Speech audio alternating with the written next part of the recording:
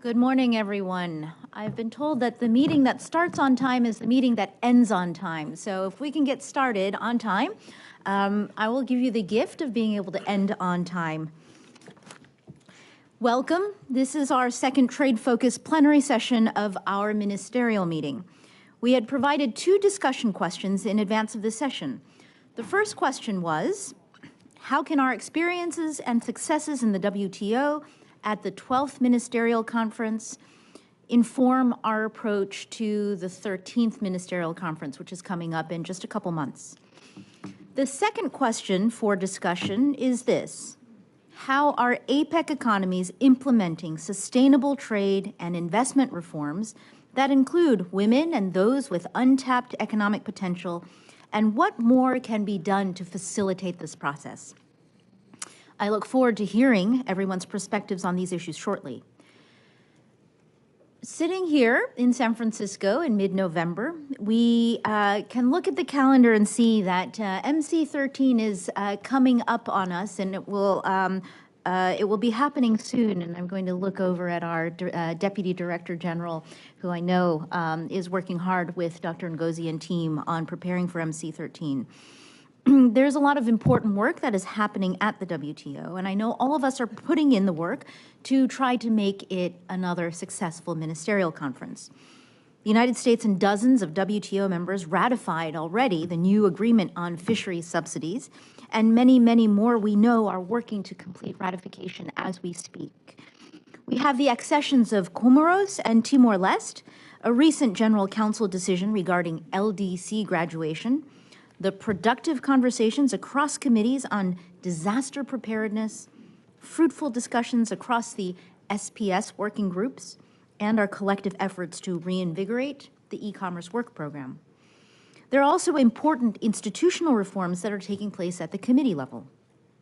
We are collecting and sharing ideas, making meeting agendas more relevant and responsive, clustering meetings so that more experts from capitals can participate. And this is what we like to call reform by doing. We are also investing in the WTO's digital tools to make it easier for members to share their laws and regulations and for the public to search and view them.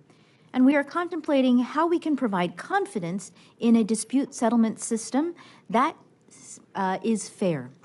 We also need to rebuild the WTO's ability to negotiate new rules for the new challenges that we face. The United States has been actively participating in innovative and constructive discussions with WTO members of all sizes, and we have come forward with concrete ideas, including on alternatives to litigation and preventing judicial overreach. We need to address non-market policies and practices that are contrary to the basic rules and norms that we all agreed to.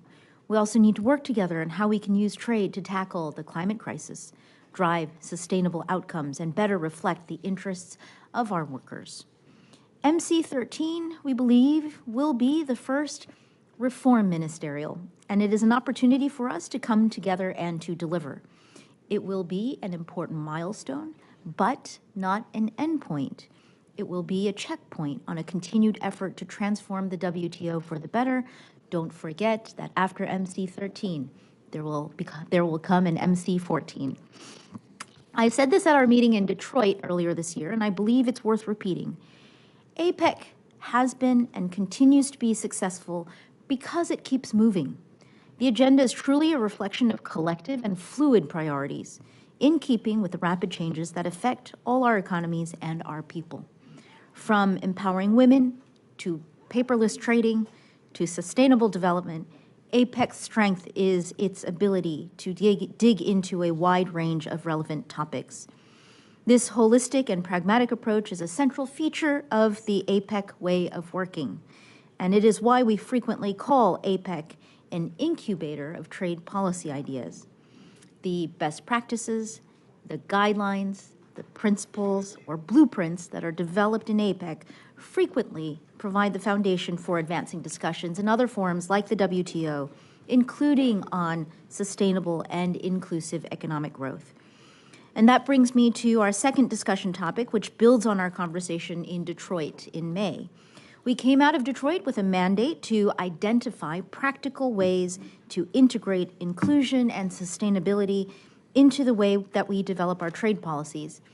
And as I said during our opening session yesterday, we can sometimes fall into the trap. We can actually often fall into the trap of talking about and formulating trade policies in a vacuum. But we must remember that the decisions that we make today, they have real impacts on real people, and those people are our people. Trade can and should be a force for good, to bring more people in, to better share the growing economic pie, to foster greater fairness and opportunity.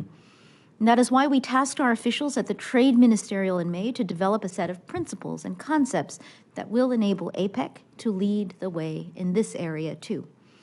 The outcome of that work is the San Francisco Principles on integrating inclusivity and sustainability into trade and investment policy, which is supported by all economies but one, and as such, we are still unclear whether APEC will be able to fulfill this mandate.